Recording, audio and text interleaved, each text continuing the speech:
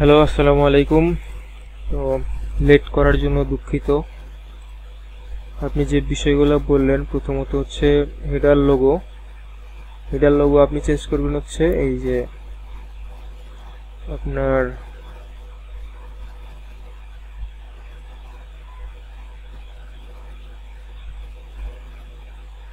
কই গেল এটা, থিম সেটিংস থেকে, সরি, এই যে উডমার্ট থেকে হেডার বিল্ডার, ঠিক আছে, এখানে যাবেন। উডমার্ট থেকে হেডার বিল্ডারে যাবেন, দেন হচ্ছে হেডার মার্কেট প্লেস 2, এটাতে আপনি এডিট করবেন।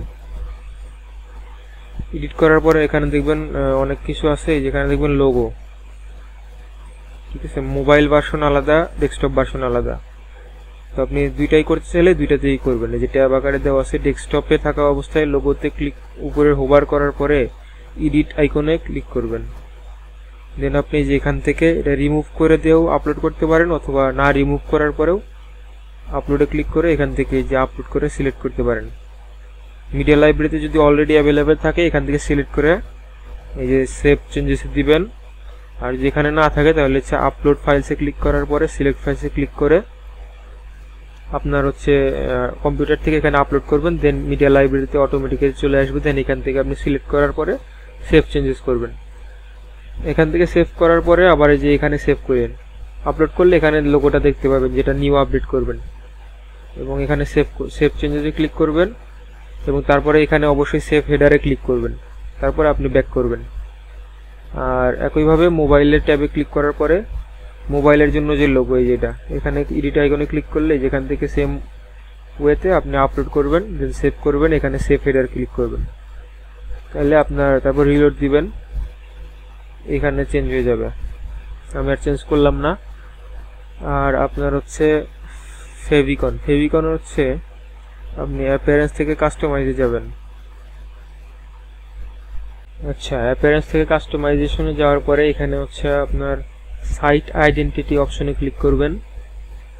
সাইট আইডেন্টিটি অপশনে ক্লিক করলে এখানে হচ্ছে সাইটের টাইটেল দেখতে পাবেন। এখানে টাইটেল দিতে পারেন আপনার ইচ্ছা মতো, ট্যাগ লাইন দিতে পারেন।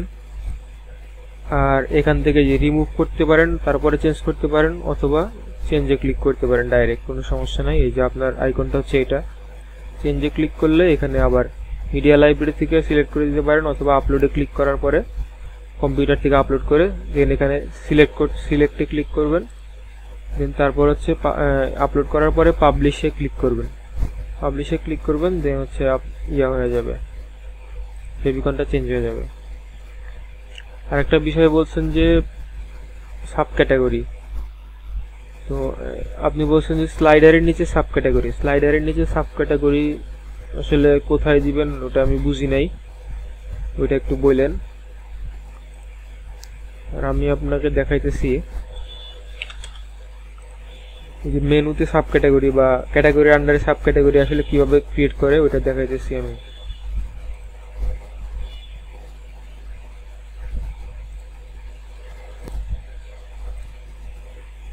আপনার হচ্ছে কমার্সের নিচে প্রোডাক্ট অপশন আছে, প্রোডাক্ট থেকে প্রোডাক্ট ক্যাটাগরি, এখানে যাওয়ার পরে ফ্যাশন ক্যাটাগরিটা কি ক্রিয়েট করা হয়েছে? ফ্যাশন ক্যাটাগরি তো মনে নাই না, ফ্যাশন নামে কোনো ক্যাটাগরি নেই। ধরেন আপনি ফ্যাশন নামে কোনো ক্যাটাগরি ক্রিয়েট করবেন, ঠিক আছে, এখানে ক্যাটাগরির নাম দিলেন FASSION, ফ্যাশন। দেন আপনি হচ্ছে অ্যাড নিউতে ক্লিক করলেন। তাহলে কি হলো, ফ্যাশন নামে একটা ক্যাটাগরি ক্রিয়েট করা হইলো। দেন আপনি চাচ্ছেন যে ফ্যাশনের আন্ডারে মেন্স ফ্যাশন, ওমেন্স ফ্যাশন এই ধরনের রাখবেন, বা বেবি ফ্যাশন। তো আপনি যখন মেন্স ফ্যাশনটা ক্রিয়েট করবেন,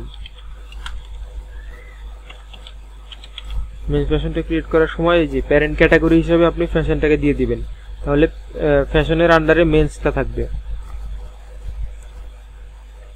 এই যে ফ্যাশনটা দিলেন, তাহলে দেখবেন এখানে যে ফ্যাশনের আন্ডারে একটা এই যে আন্ডারস্কোর দেওয়া, তার মানে ফ্যাশনের আন্ডারে মেন্স ফ্যাশন। দেন আপনি ওমেন্স ফ্যাশন ক্রিয়েট করলেন।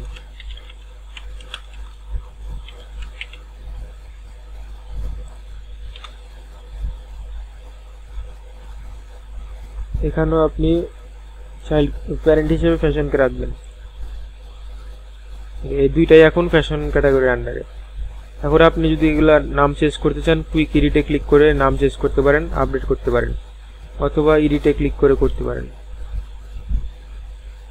তো এই দুটা ক্যাটাগরি হচ্ছে ক্রিয়েট করা কমপ্লিট। এবার ধরেন আপনি চান যে এই মেনুতে এখানে শো করাবেন, তাহলে আপনাকে যাইতে হবে অ্যাপিয়ারেন্স থেকে মেনুতে। অ্যাপিয়ারেন্স থেকে মেনুতে যেতে হবে।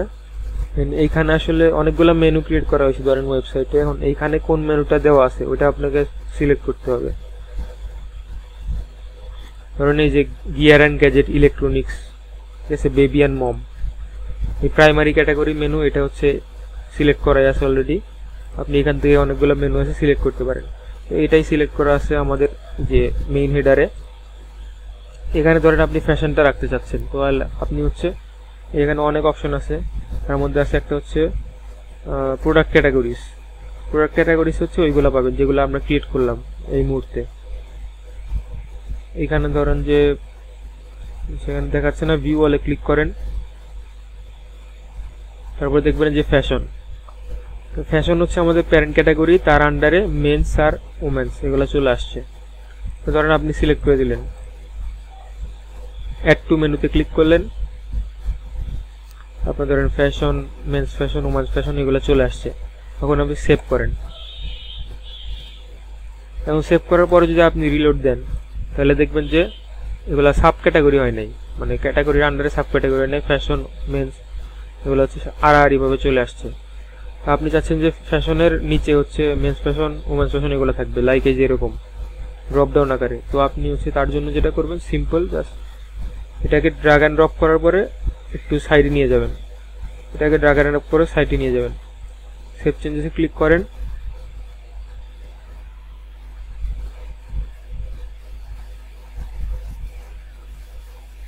সেভ চেঞ্জেসে ক্লিক করার পরে রিলোড দেন,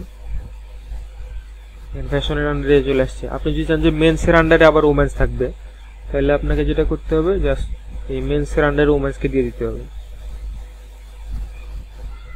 মেন্সের আন্ডারে আবার ওমেন্স চলে আসছে। এইভাবে আপনি একটা ক্যাটাগরি আন্ডারে একটা ক্যাটাগরি, তার আন্ডারে আরো অনেকগুলা ক্যাটাগরি রাখতে পারেন।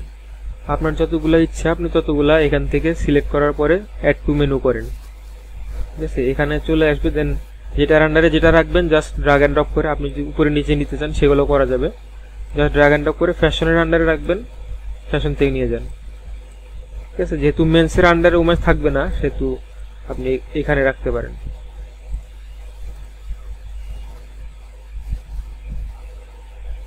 এই তো। আর আপনার ল্যান্ডিং পেজটার আপডেট আমি খুব শীঘ্রই দেব, কাজ চলতেছে আর কি।